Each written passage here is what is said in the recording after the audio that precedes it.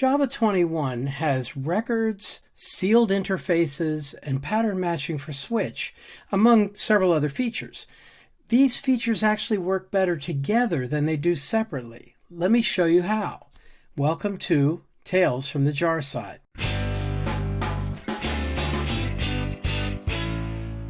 In a recent video on the Tales from the Jar Side channel, I talked about putting a bunch of the newer features of Java on a tier list, and I specifically called out sealed interfaces, records, and pattern matching for switch as being special because they enabled this process known as data-oriented programming. This resulted in several people saying, hey, do you have a good example of data-oriented programming in Java?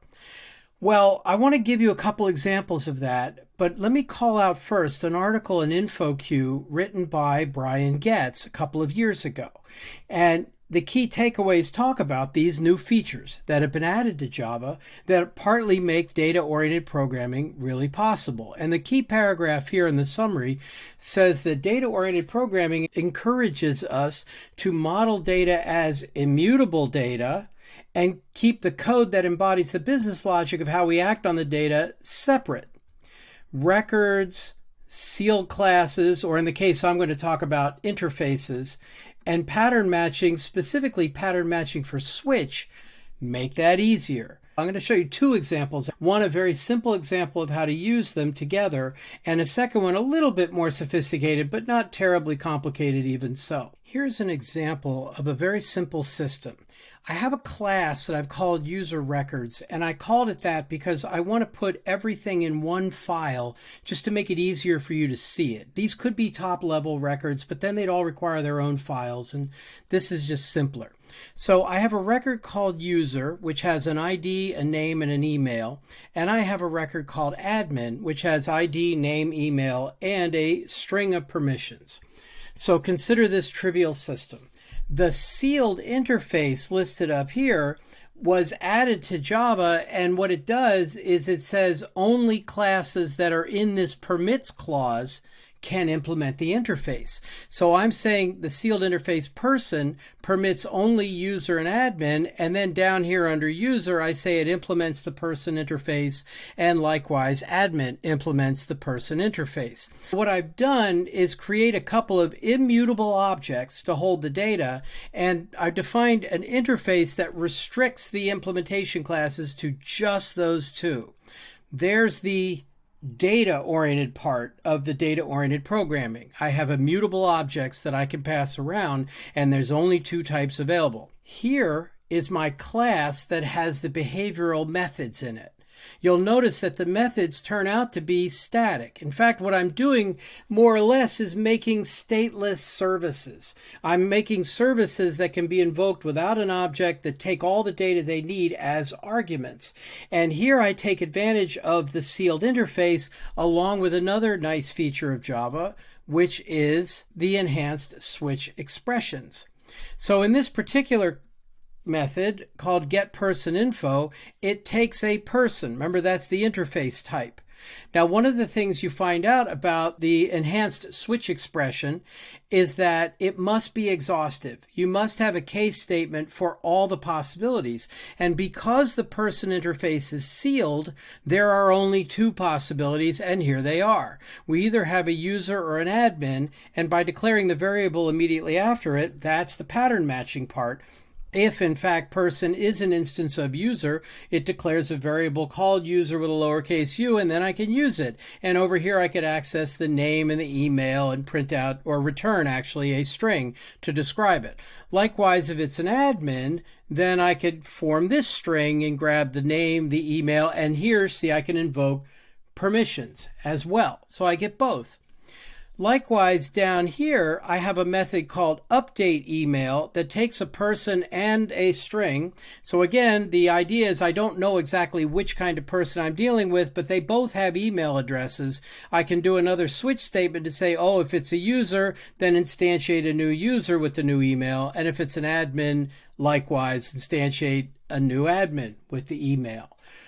This is a very simplistic example, but hopefully it gives you an idea of what sort of thing you can do with the enhanced switch statement, with the pattern matching, with records and with a sealed interface. Now let's take a look at the test case. This user service test is using JUnit 5. So here I instantiate a user and an admin, and I have an assert all from JUnit 5, and I'm using this assert that from the assert J library.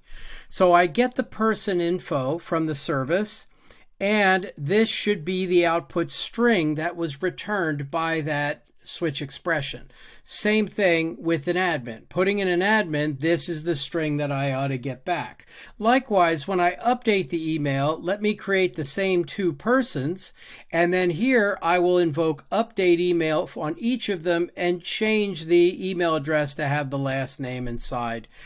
This time, I will use assert that and say it's an instance of user. Unfortunately, unlike the pattern matching for switch, the is instance of method in assert J doesn't actually do the cast for me, so I have to manually cast U into user and thereby get its email and check that. Likewise down here with the admin. What I could do to refine my model is go back to the user records and actually take methods ID, name, and email and promote them into person. And that way I'd be able to simply say, oh, person : name or person : email, and extract name or email that way. But I didn't do that in this case. I'll run it and show you the test passes. And you see both tests passed without any kind of a problem. Great. Now that's a really simple example. Let me do something a little bit more interesting. This is a website called open-notify.org, or as you can see, Open APIs from Space. It's a very simple RESTful web service. It only supports GET requests, but it returns a quick summary of what astronauts are currently in space. Looking at the details, you can see that there is a link here to the endpoint, api.open-notify.org/astros.json, and that's it. The output turns out to be this JSON structure that has a message of success, a number, which is an integer, number of people in space, and then people is an array containing JSON objects that combine name and craft, presumably both of which are strings. That's the service I want to access programmatically in Java and demonstrate as a data-oriented programming system. You can see what I have here is a class called AstroDataService. I have a string to represent that URL, the endpoint of the service. I'm using an object mapper from the Jackson API for parsing JSON data into Java objects and back again. I have here two records. I put them right inside this file. Again, to make it easier to see, they could wind up being top-level records. That wouldn't be a problem. So the combination of name and craft here is known as Astronaut. See, it's got strings for both of those.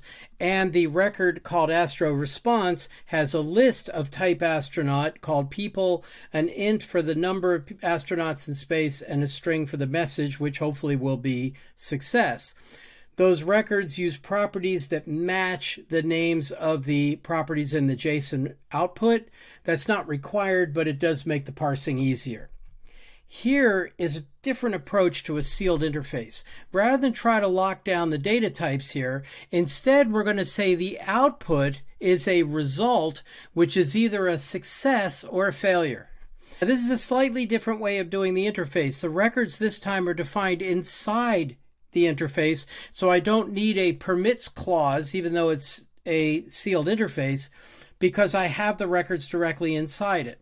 Success does implement result, and so does failure. Failure just wraps a string, which is the error message that I get back. Success, and this is another interesting approach in data-oriented programming, is wrapping a map of string, comma, list of string. What the data-oriented people often refer to as a string map, a map where the keys are made up of strings and the values are lists of strings. That keeps things, I don't want to say generic, because generic has a specific meaning in Java, so let's just say very general, if you will. Okay, now, looking at this fetch and process data method, I'm going to return a result, one instance, either a success or a failure of that sealed interface. So I'll use the HTTP client that was added to Java way back in Java 11. In Java 21, the HTTP client class implements auto-closable, so I'm using it inside a try with resources block. The HTTP request takes that URI we declared. I set the accept header to say I want JSON back. That's not strictly necessary in this case. This service only returns JSON data, but it's a good practice to state the accept header if you know what it is, and then build it. So I'm calling the synchronous send method that takes that request and wants the body back of the response as a string, which I will then process. So I get back an HTTP response of type string. From that response, I can check the status code. And if the status code is not a 200, if we couldn't get there or it didn't respond in time or something went wrong, we can say we're going to return a failure. That's one of our result types, and I'll put the status code in there. However, if we did get back a 200, we'll use the read value method from Jackson's object mapper to extract the body and convert it to that Astro response record. Great, now I've got an Astro response. But interestingly enough, rather than return the Astro response itself, let's instead group those astronauts by craft. We can get that map of strings to list of strings. And I'll show you that in a moment. So I'm going to wind up with this variable astronauts by craft as a map of craft names to list of astronaut names aboard that craft, and then wrap it in a success and return that. If anything else goes wrong, we'll put in a different failure.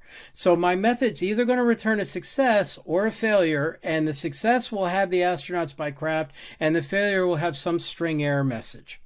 Here's the private method to group the astronauts by craft, and this is somewhat sophisticated, but it's still just stream processing from Java. I drill down into the Astro response and access the people property and make that a stream. Okay, great. The collect method would allow me to convert the stream into a collection. In this case, I'm doing a grouping by where the classifier, as they say, will be the craft. I want the keys in my map to be the craft names. Those are just strings. That's fine. Now, if I had just stopped at that grouping by, I would get a map of string to list of astronaut. And that wouldn't be the end of the world, but what the heck, let's take the extra step. This is called a downstream collector. Mapping is going to say, yeah, I actually just want the names and group those as a list, if you will.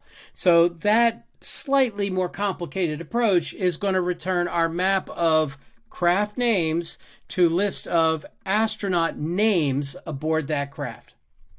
I have a method here to print the result of that. So I can call this from outside, just supplying this map, and say, let's do for each craft and astronauts, I'll print the craft, and for each name, I'll print the name, and that way you could see everything. And to keep this as simple as possible, I'm just going to run it all in a main method. So you instantiate the service, you call fetch and process the data to get the result back, and once again, here's my pattern matching for switch. If I got back a success, I will print the results. If I got back a failure, I'll print the error with the error message in it. And let's take a look. Here you see the results. It says astronauts currently in space, and as of the time of this recording, the Chinese space station, the Tiangong, has 3 astronauts aboard it, and the International Space Station has the following astronauts: 1, 2, 3, 4, 5, 6, 7, 8, 9. 2 of whom, I forget exactly which 2, but 2 of whom are stranded there from that Boeing Starliner, which made it there, but we're still not sure it's going to make it back okay. And I know, of course, they're not stranded, but yeah, they're stranded. At any rate, that is showing the overall process. And that's everything. That is data-oriented programming. You start with the records. You define the sealed interface that restricts your type model. In this case, I just want to restrict it to success and failure.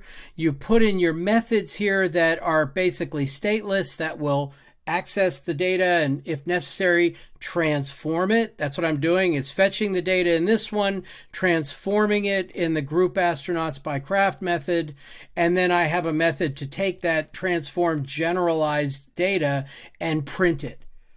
In a nutshell, that is an approach to data-oriented programming. Let's talk about the pros and cons of this and wrap everything.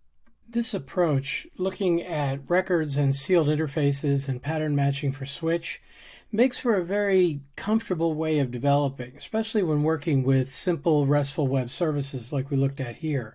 I can tell you that when working with more complex RESTful web services, it still holds pretty well, mostly because records and JSON data map so naturally to each other. When you combine that with the sealed interfaces, you're able to make related types that differ only by a few properties and can be used where the networking part doesn't care what it's transmitting, and you can work with both. I'll have other videos in this series that will illustrate that. The pattern matching for switch is convenient because it makes it easy to accept the interface as an argument and then decide what to do with each individual element once you've determined what type it is. So it's a very compact way of not having to go for some complicated if-else statement or something like that. Now, pattern matching for switch did not become final until Java 21, and that's a high bar. A lot of people aren't necessarily willing to adopt Java 21 yet, but this may make the difference, especially when you combine it with other features of Java 21, like virtual threads. So there's a lot of reasons to look into this particular architecture. Like all architectures, there are pros and cons. There are pluses and minuses. The great benefit to data-oriented programming seems to be its simplicity and its ease of maintenance, and the fact that it maps so comfortably to some of the newer features that have been added to Java in the last few versions. The downside is that you really are separating the data from the operations, and one of the fundamental principles of object-oriented programming is you don't do that, because then you could change the data structures relatively easily because they're private and maintain a comfortable interface between them. It's a trade-off, like everything in architecture. But it is nice to have this as an option, and it does seem to work very naturally with such RESTful web services. Hopefully you will find this an interesting approach, and let me know in the comments what you think of it and whether it's worth adopting in your particular application.